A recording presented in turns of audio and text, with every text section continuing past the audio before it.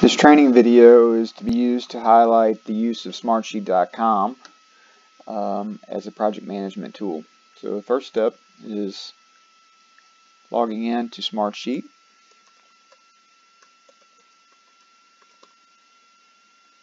With the right password.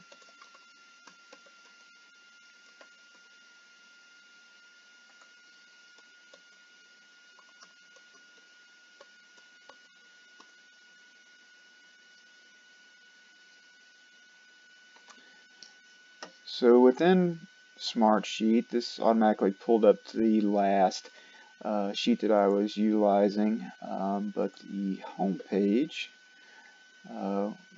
will outline the different sheets or workspaces, reports, things that we've used or things that has been shared. But for training purposes, we will look at the sheets. So first step is really to create a new sheet, and we're going to create a project sheet, and we're just going to call it new.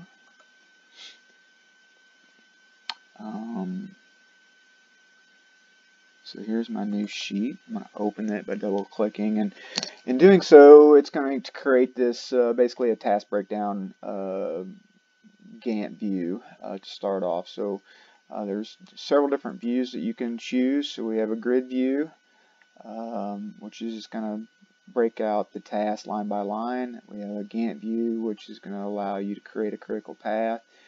Card view, which is going to highlight just those things selected by assigned to, and then a calendar, which dates things are scheduled for. So for building this, I prefer to use a grid view. You'll also see that you have your typical toolbar, very similar to Excel or Word, and then you have the basic column names of task, duration, start date, finish date, predecessors, assigned to, percent complete, status, and comments. These can be changed, or columns can be added as well as rows. For training purposes, I'm going to go to a sheet that we have built already and has basically been completed, and it will be called 2018 Store Refresh. I'm going to hide this. So in this sheet you can see that we have 5 locations that were selected to do a refresh on, and that becomes our first line. So we had 622, 602, 624, 608, and 325. Again, we have the task name, the duration, start date, finish date, predecessors, assigned to, percent complete, status, and comments. We're going to look at 624, and this has the large buckets of tasks to be completed at 624 in this project. So we were going to do cabinets and islands. We're going to add a beer cave to this site. We're going to do new construction or new gondolas, interior graphics, an LED light upgrade. We were going to tile the bathroom foyer. We're going to add new bathroom doors, and we also replace the exterior fascia and signage, and we've got some marketing components in this. So those are the major buckets that we wanted to look at, and we needed to really kind of schedule in this particular project. Now within these buckets, you can see that we have additional task or task breakdown to get each of these done. So this is where the tool becomes beneficial, as we can really outline what needs to be done, how long is it going to take, when do we need to start it, and who's going to be responsible for each of those tasks. In the cabinet and islands, we needed to demo those things out, and we can see that there's a list of things that needed to be done, and we can determine who's going to do that, when it needs to be done, and what the predecessor of these tasks are. So basically we said in these examples that all of these tasks needed to be done prior to 91, line 91, so that which is the cabinet and gondola delivery on site. So these tasks needed to be completed from 91 start to finish, to create the Gantt view or the critical path on this particular project. You can also see that we have to demo the cabinets out, the fountain and islands, and the different task breakdown that are within that subset as well. Beer cave the same, so we had to demo the walls out, we had to put the door in, the refrigeration had to be completed, and then build new soffits.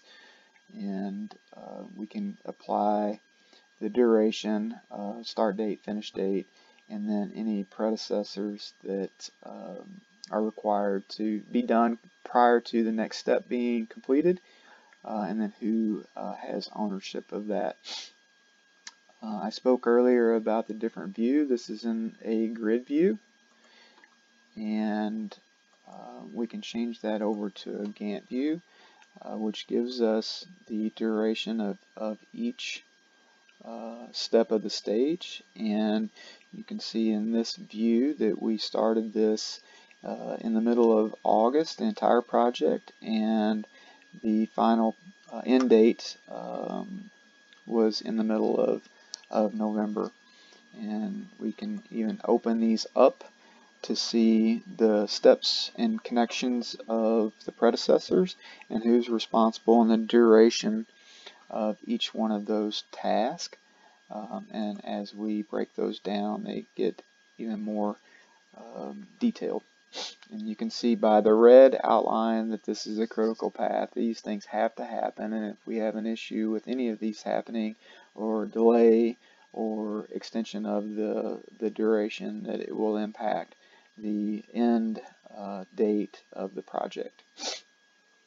Some of the other highlights of Smartsheet is we can share this sheet.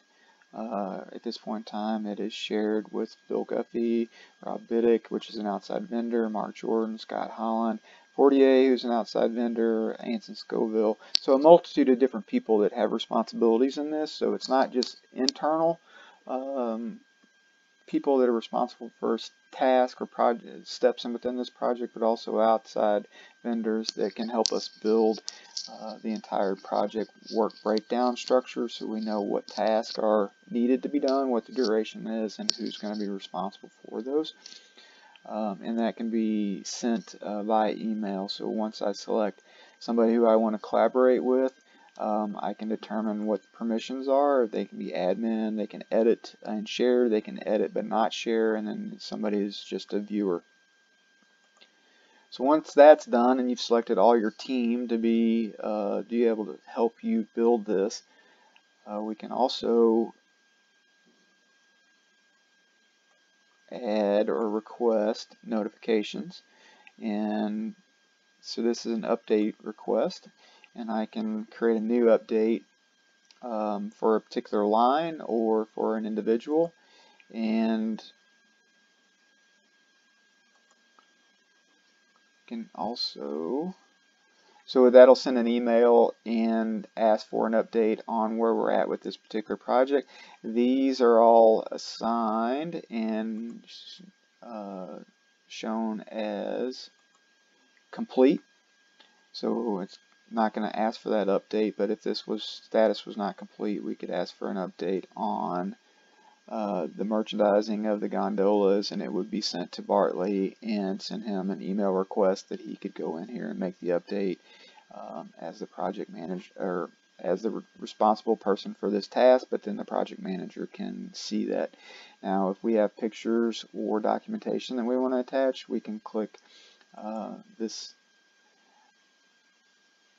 cell in the spreadsheet, and we can upload and attach the different documentation. So it may be a receipt, it may be an invoice, it may be a picture of this particular task being complete. Whatever it may be, you can attach and hold this place or hold that information within the documentation.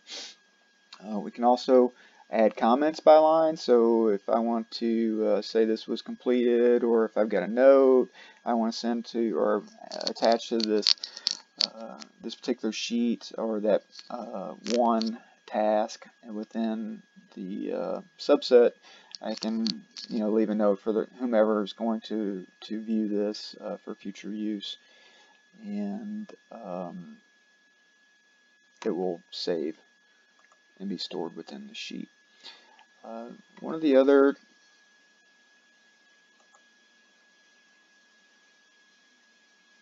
functions of Smartsheet is I can create dashboards, and